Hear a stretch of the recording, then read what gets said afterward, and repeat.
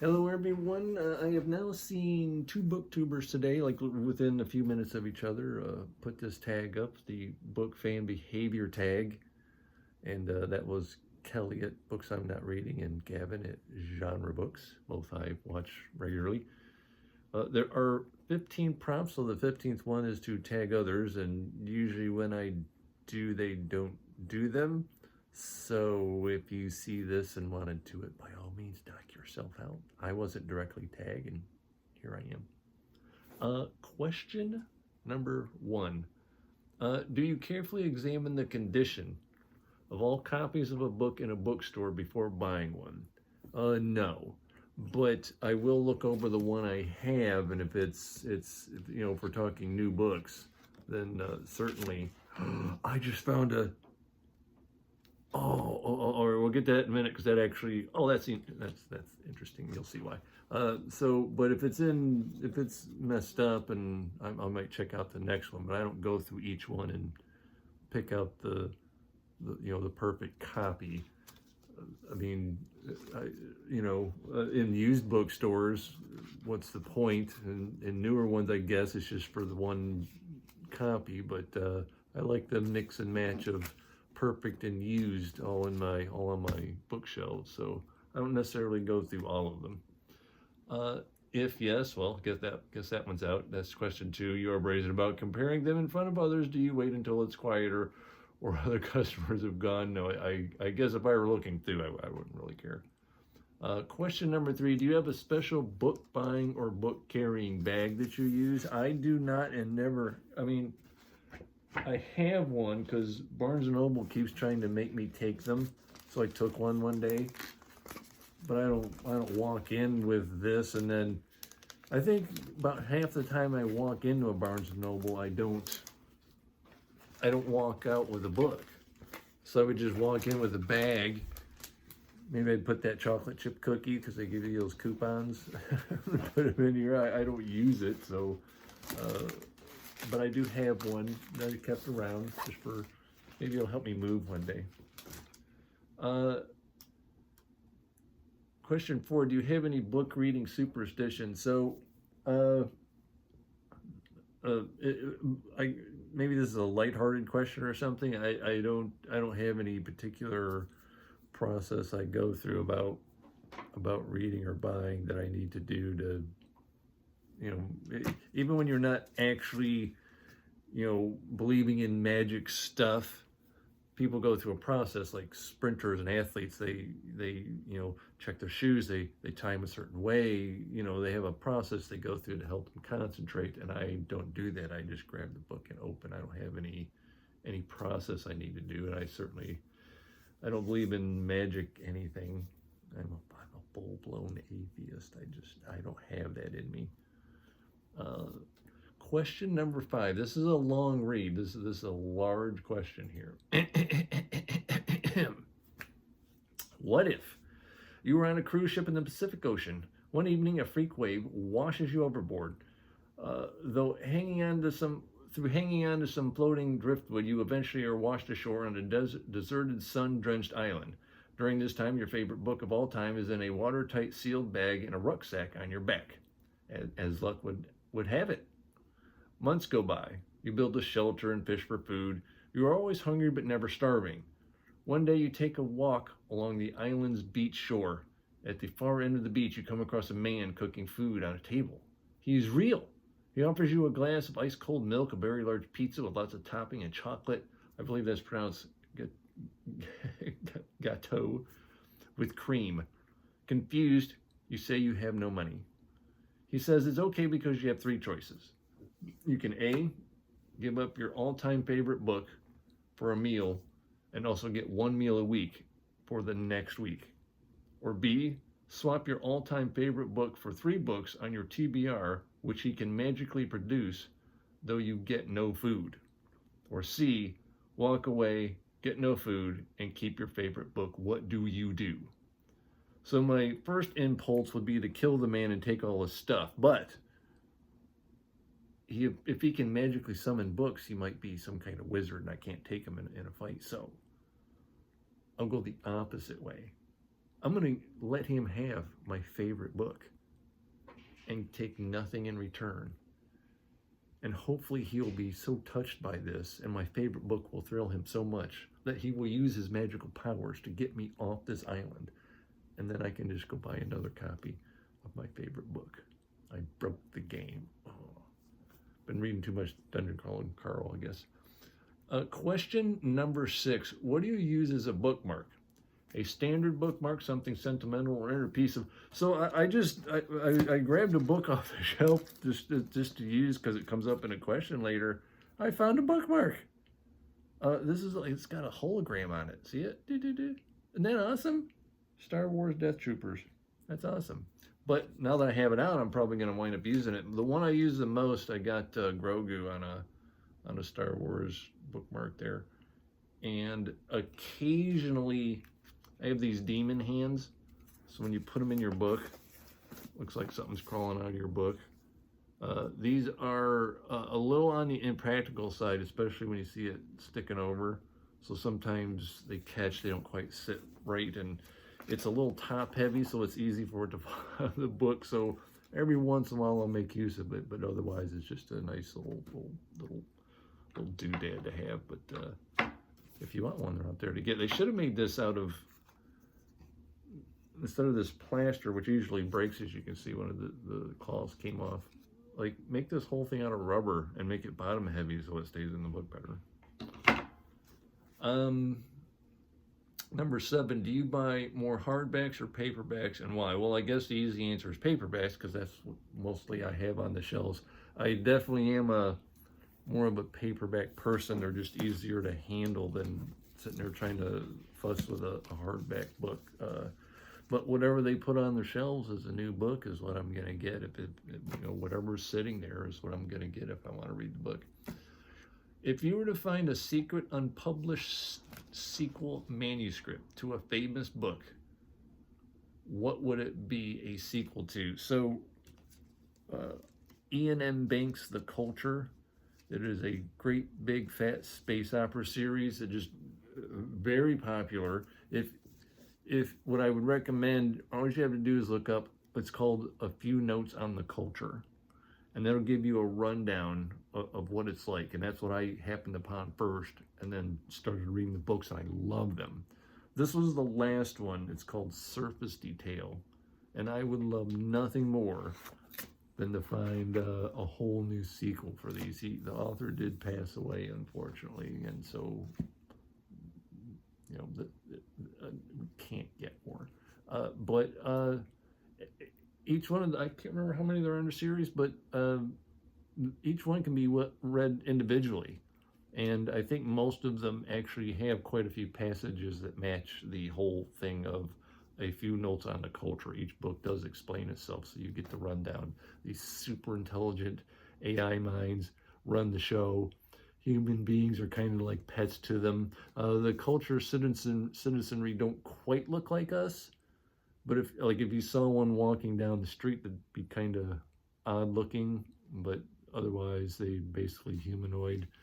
And most of the trouble comes from a piece of this government of sorts called special circumstances, which then selects people and uses them for certain missions to get things done. And this one here had to do with, well, you can kind of see her on the cover there, this woman here who, she has this tattoo that is not only on the surface, it goes all the way down to her individual molecules until she becomes a unique being. I can't remember is this the one? No, this is not the virtual reality one. It begins in a realm of the real where the real begins in the murder, not until the end of the code is going with death itself. I think so. Gosh, I haven't looked at this in a while. Self into combat, so I'm not even sure if the culture really a more brutal fighter reaching scores. Trying to think if this is the one. There's one that has a virtual reality hell, and they're out to stop it. And I can't remember if this is the one, because she gets used and is getting ready to be sold off to this super rich humanoid guy, and they want to bring that guy down. That might be the one there. But that's the book I want a sequel to. I'd love to have more culture. Number 9, another what if. You live exactly half a mile from a major chain bookstore, Waterstones, Barnes & Noble, exactly half a mile. The zombie apocalypse begins. Like all survivors, you raid the supermarkets and pharmacies for lots of food, water, and medication, sufficient to last for months. You are holed up at a home in a protected space. You begin to think of the bookshop, which probably won't have been looted. All those thousands of books and series available. Despite your existing book collection, what do? Do you risk it all for hundreds of free new books? If so, how? So sure. I guess if I were going to, you're gonna arm up, but you go stealthy. You don't go getting in a vehicle and drive down the road and draw the attention of the zombies, and then they're just gonna go tear apart your Barnes and Noble or your Waterstone. So you have to do it quietly. I wonder, can zombies see well in the dark? Maybe you can go in the night. That would be the way. Then you have to be careful. Don't break any windows. How would you get into a Barnes & Noble quietly? You have to be quiet. And then go in and sure. I wonder if they still have those. I wonder how long their chocolate chip cookies would last too. I mean, even if I got food for months still. Those are good chocolate chip cookies. Number 10, when reading a book, do you just look at the words and read them, or do you use a finger or a bookmark underneath the words to track your eye progress? Mostly I just with my eyes, but every so often, if I need to make myself focus or I'm sleepy sometimes, I still want to read, that helps just run it down the middle of the page usually. If you can do a nice like finger, like a double on each line, and it helps keep your eyes just in two places. It almost helps you read faster too, or otherwise I just go right down the middle of the page as I'm reading along, and it helps out quite a bit. Have you, number 11, have you personally met any authors, and if so, who? So I met someone who was going to become an author, and this happened at Star Wars Celebration 3 in 2005, and I went with and met up with some other Star Wars fans, and we hung out as a group. Some people had more of a gift of gab and had known each other for a long time, and they were doing other talking, and hanging back from that was myself and Misty Hayes, who at the time, we were just sitting back there quietly with the group there, and so I'm like, well, let me talk to her and at least try to entertain her in some way, and I did. And she was a police officer at the time, and she eventually would write a book series called The Outcast, The Blood Dagger. This is volume 1. That is by her. I did read it and leave a comment on her Amazon page. It's actually a good book. I think this actually qualifies as YA, but I don't think they called it YA at the time. And the only reason I didn't continue is because at the time I had a huge TBR. I'm like, I gotta get through this, but I read my friend's book. It was enjoyable, and I don't know if she's still a police officer or not. She's still on Facebook. I haven't communicated with her in a little while. Number 12, do you have any bookish memorabilia on certain authors or books? So that's a pretty interesting question. I don't know if I can do this. Come here. We're gonna grab this and this. Hopefully this works out. Here we go. We're going on a little trip, kids. Here we go. Ready? So there's all my Star Wars stuff on the walls there. There's I don't know if you can see him back there. There's Conan in the corner sitting on his throne, various dragons, but there it all is. And that's definitely not all of it. It's just it was such a clutter at one point that I decided, well, let me put some away and try to make this a little neater. So I guess that counts as author book series memorabilia. 13. What if the world is about to suffer a cataclysm, but you have managed to get a space in a public underground nuclear bunker where you will live for 12 months? You are only allowed to take 5 books with you into the bunker. What do you take and why? I don't know if this is supposed to be a sneaky favorite books of all time. I don't think it is. Like I can list off like 2001 was an especially wonderful read for me, but I don't feel the need to reread it. I think I read it a couple times. I've seen the movie a billion times, so what do I don't need anything extra there. So just as an example, so I went and grabbed a bunch of stuff off the shelves. I thought these are can't do withouts, I think. Star Wars Revenge of the Sith, Star Wars Revenge of the Sith by Matthew Stover. This is the best written Star Wars book. Of all the expanded universe, of all the other novelizations of the films, this is the best written book. But Matt Stover knocked this out of the park. This is surprisingly just great.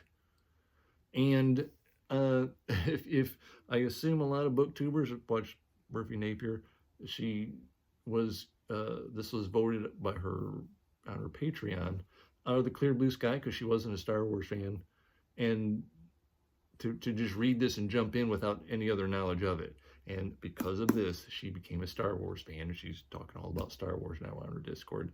And so, that's not surprising to me at all, because when I read this, it just blew me away. Just the writing itself, not even just the topic. Stover wrote a great book. So that's one. Put this out of the way.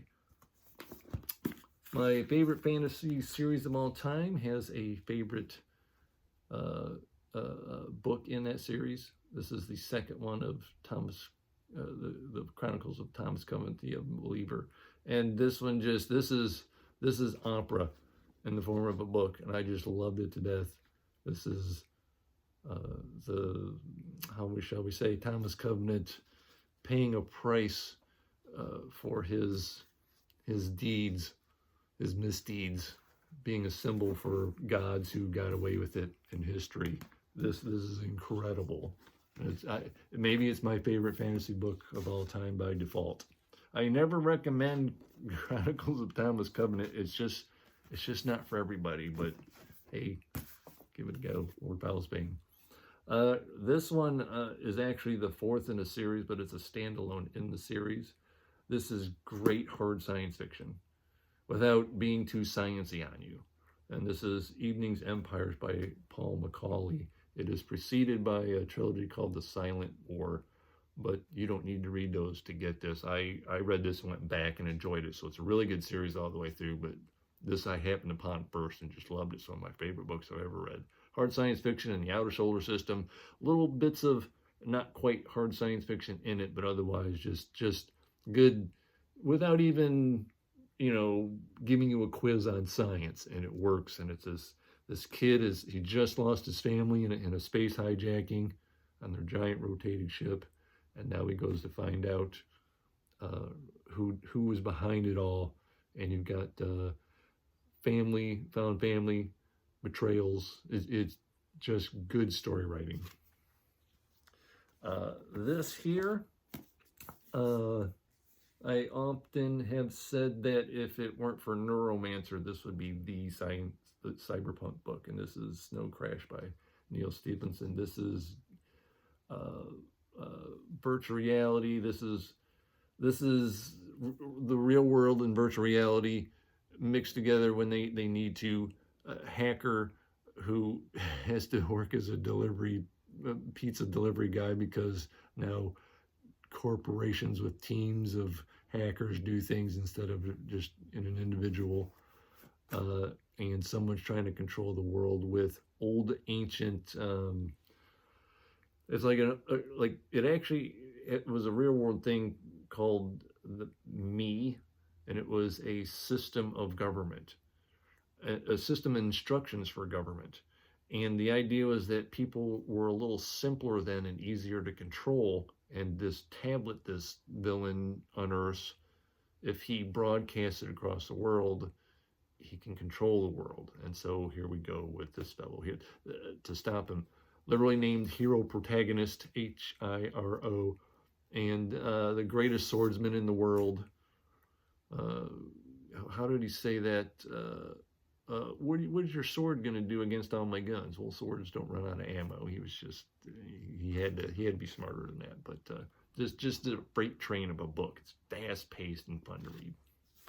And then this contains what I think is actually my favorite short story of all time. It is actually, I'm going to destroy this man's name, Hanu Rajanimi, The Invisible Planets Collected Fiction. The story is called The Server and the Dragon, and it is about this artificial intelligence that is shot out of the galaxy and forms itself into a cloud of material like a Dyson sphere, and it's monitoring this war going on in the galaxy. It has a virtual reality set up, and someone comes and pays a visit. And that's about all. It's too short a story. I can't really give too much away, but it's just, it was so much fun to read, and I like its technological aspects as it's presented. And so those would be my 5 books that I could like to relive as I sit here for 12 months in a bunker. Number 14, how long ago did you realize your book buying number was much greater than your actual reading number? Well, right now my TBR is 1, 2, 3 books deep. This just arrived, 12 months, the 18th book in Harry Dresden, which I'd have to, 17 good books. How do you do that in a series? Not one book was bad. And so now I have to call this, if I ever made a top 10 fantasy series of all time list, then this has to be on it. And it's just damn good. I think by now in my own brain, it has surpassed John Constantine of DC Comics as this, magic. Although I say magic detective, he's gone beyond that by the time, I can't remember where it broke off. Maybe the 6th or 7th book, he's not really doing detective stuff. And maybe it's about, somewhere in there, like started to drop off there 5, 6, 7 books, and he's just doing too much battle with too many foes to just be called a detective anymore. And the world got bigger, even though it's concentrated to one city for the most part. This is my next video, by the way. That's what I'm reading next. But yeah, I had at one time, I think I had my I think the longest my TBR was, it was somewhere in the 30s. And so with a book a week, I had 30 weeks worth of books to read, and just found the time to cram them all in and get caught up. So yeah, I am hunting. I do constantly hunt because I don't want to get to the point where I run out. So you always have to have some kind of TBR. Tagged others, I covered that. That is it for me. And go check out Kelly and Gavin on their channels and see what their answers were. That's who I got this from. Thank you very much. See you for my next video. Bye-bye now.